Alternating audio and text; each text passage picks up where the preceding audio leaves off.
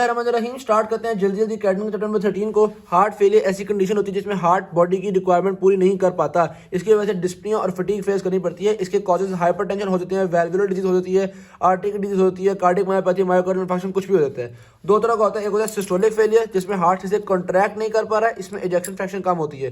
दूसरा होता है डायस्टोलिक फेलियर, इसमें हार्ट से फिल नहीं हो पा रहा है, इसमें ऑल्दो इजेक्शन फ्रैक्शन नॉर्मल होती है लेकिन इसमें भी कार्डियक आउटपुट कम होगा। कार्डियक आउटपुट और स्ट्रोक वॉल्यूम दोनों कंडीशन में कम ही होता है।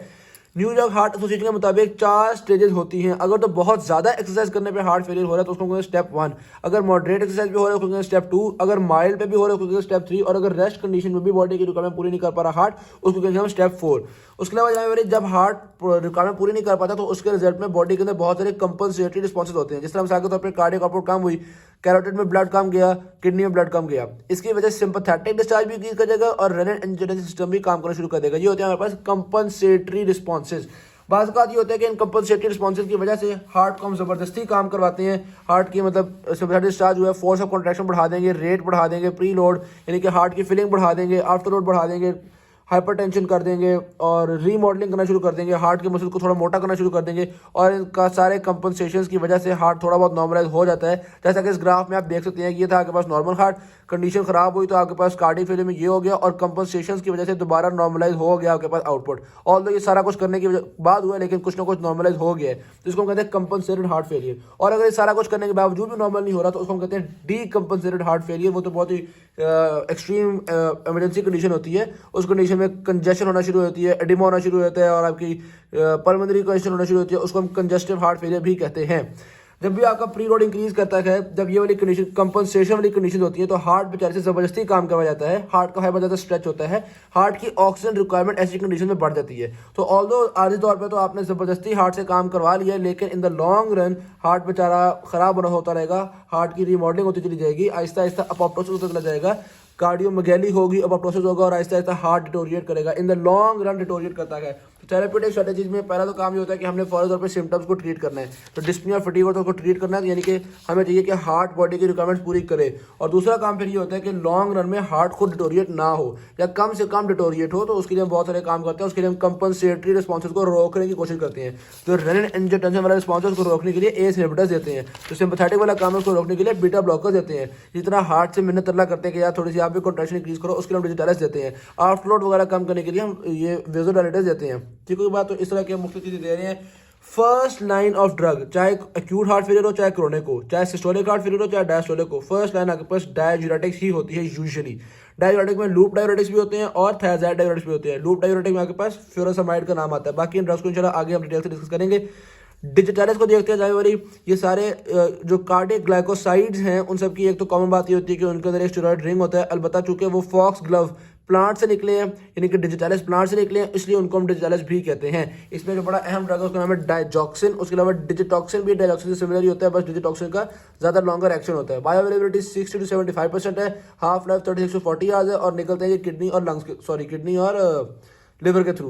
मैकेनिज्म ऑफ एक्शन, जो डायजॉक्सिन होता है वो सोडियम पोटेशियम एटीपेज पंप को इनहिबिट करता है। उसकी वजह से सेल के अंदर कार्डियक मायोसाइट के अंदर सोडियम की कॉन्ट्रैक्शन इंक्रीज कर जाती है। और फिर एक ट्रांसपोर्टर एक्सचेंजर होता है जो कि होता है सोडियम कैल्शियम एक्सचेंजर।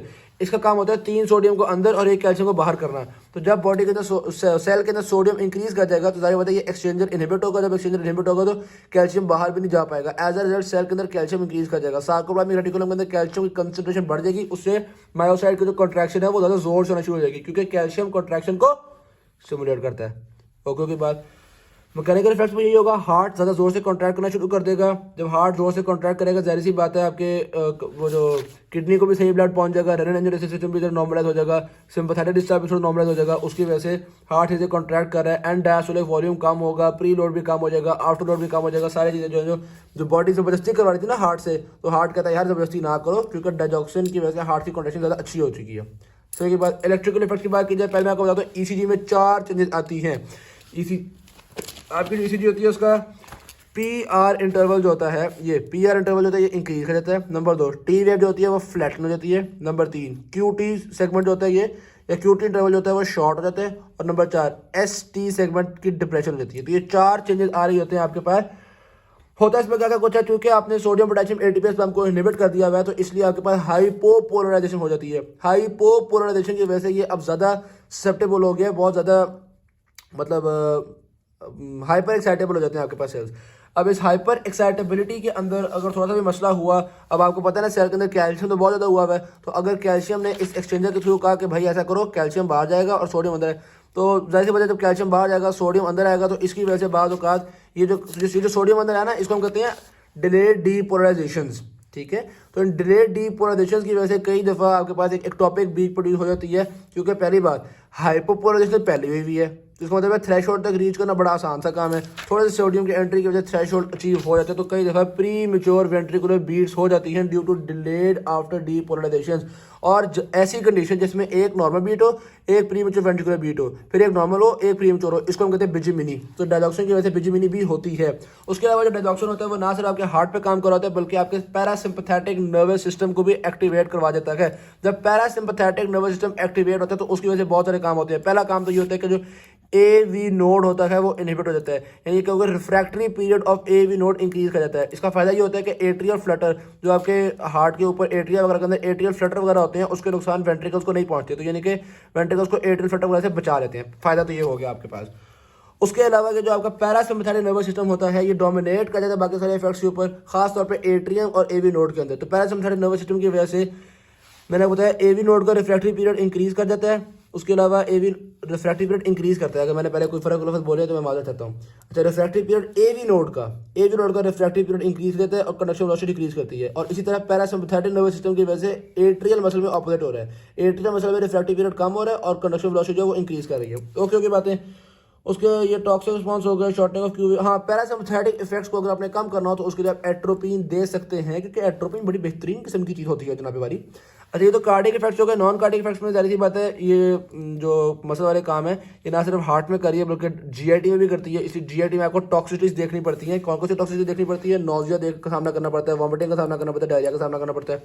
इसी तरह से CNS में भी तो सोडियम पोटेशियम एटीपीएस हमको इनहिबिट करेगा ना, सारे सोडियम पोटेशियम को इनहिबिट करता है डायलॉक्सिन। तो CNS में करेगा तो उसकी वजह से हेलुसिनेशंस होती हैं, विजुअल डिस्टर्बेंसेस होती हैं और ये वाले प्रॉब्लम्स भी आ सकते हैं। सही होगी बात। और हमने चूंकि कहा है कि ये यहाँ पे हार्ट के ऊपर भी इफेक्ट आ रहा है, तो इसलिए ये एरिथमियाज भी कॉज कर सकते हैं। ये मैंने कहा था ना कि प्री मेच्योर बीट्स बनने के चांसेस ज़्यादा होते हैं, तो ये यानी कि एट्रियल मसल में तो वैसे ही रिफ्रैक्टरी पीरियड भी कम हुआ है, तो एट्रियल मसल में रिफ्रैक्टरी पीरियड कम होने की वजह से atrial Flutter, re entry circuits, atrial fibrillation का चांसेस इंक्रीज कर जाते हैं, एरिथमिया के चांसेस इंक्रीज कर जाते हैं।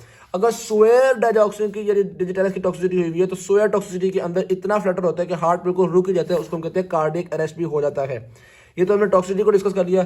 वापस आते हैं हम इधर क्लिनिकल यूज की तरफ वापस आते हैं जाने वाली। कंजेस्टिव हार्ट फेलियर के अंदर देंगे तो जारी बात है जान मारेगा हार्ट। थोड़ा बहुत हम हार्ट से मोटिवेट करते हैं हार्ट को कि यार प्लीज कंजेस्टिव काम वाले काम को खत्म करो। इसी तरह अगर एट्रियल फिब्रिलेशन में देंगे तो ये वेंट्रिकल्स को बचा लेगा, क्योंकि ये AV नोड के रिफ्रैक्टिव पीरियड को इंक्रीज करता है, इसलिए वेंट्रिकल्स को एट्रिया के शर से बचा लेगा।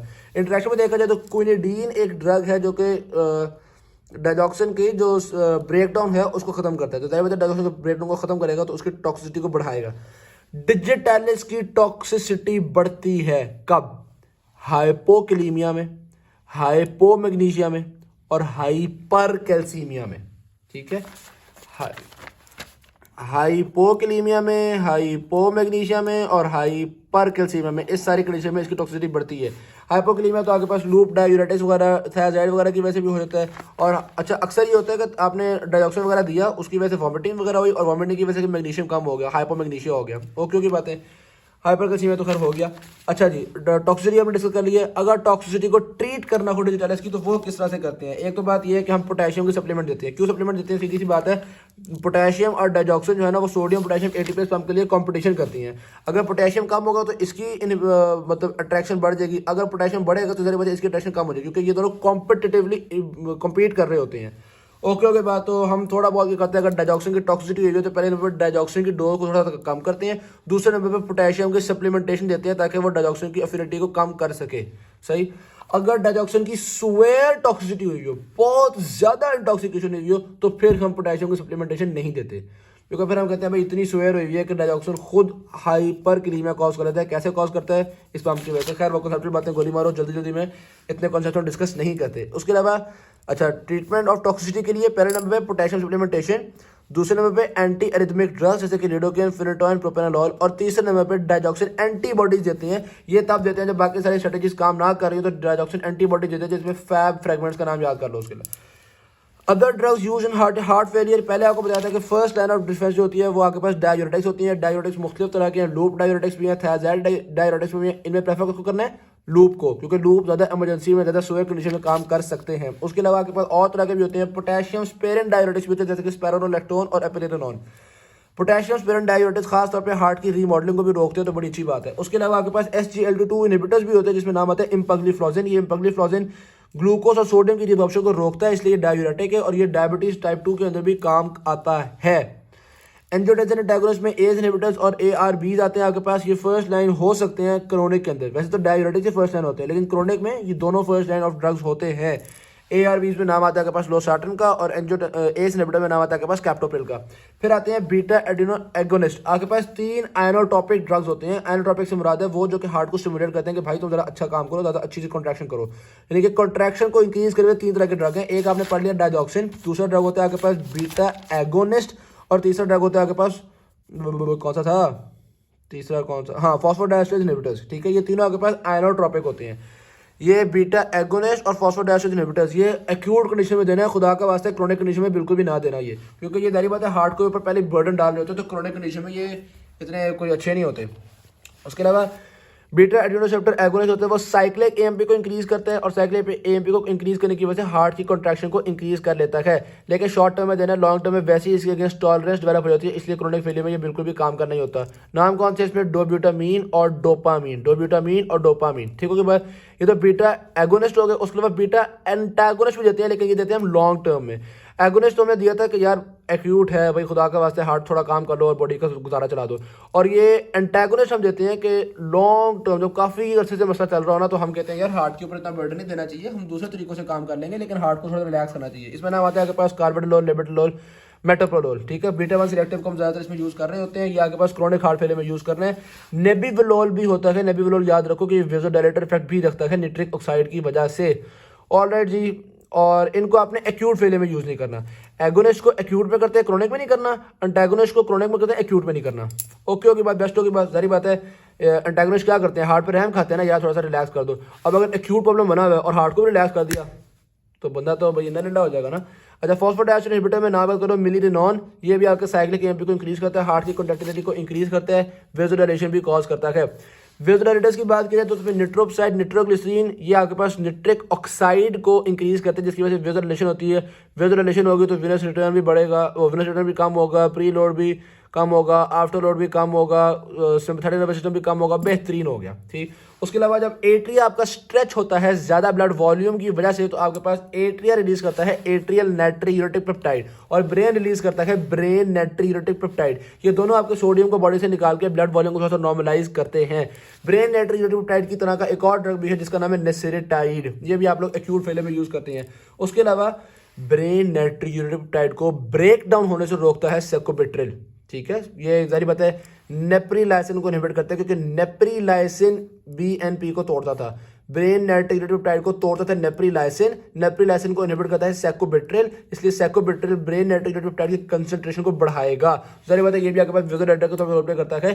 सेकोबिट्रिल के साथ वल्सार्टन जो कि एक ARB है, यानी कि एंजियोटेंसिन रिसेप्टर ब्लॉकर है, इन दोनों के कॉम्बिनेशन को हम देते हैं, बड़ा जबरदस्त काम होता है। और क्रोनिक हार्ट फेलियर के लिए अक्सर हाइड्रोलाजीन और आइसोसोर्बाइड डायनाइट्रेट का कॉम्बिनेशन देते हैं। ये दोनों आपके पास डायलेटर्स हैं। आइसोसोर्बाइड डायनाइट्रेट खासतौर पर वीनोडायलेटर है जो कि प्री लोड को कम करेगा, और हाइड्रोलाजीन खासतौर पर आर्टरियोज को डायलेट करता है जो कि आफ्टर लोड को कम करेगा। बेस्ट होगी बात। कैल्शियम चैनल ब्लॉकर को याद रखना, हार्ट फेलियर में यूज नहीं करना होता। कैल्शियम चैनल ब्लॉकर को हार्ट फेलियर में यूज नहीं करना होता। उसके बाद नॉन फार्माकोलॉजिक थेरेपी भी होती है आपके पास, जिसमें हम नॉन फंक्शनल रीजन को रिमूव भी कर सकते हैं, एओर्टा के अंदर पंप लगा सकते हैं, पूरे के पूरे हार्ट को ट्रांसप्लांट भी कर सकते हैं, बाईपास सर्जरी भी कर सकते हैं, पेस मेकर भी लगा सकते हैं, इस तरह के सारे काम कर सकते हैं।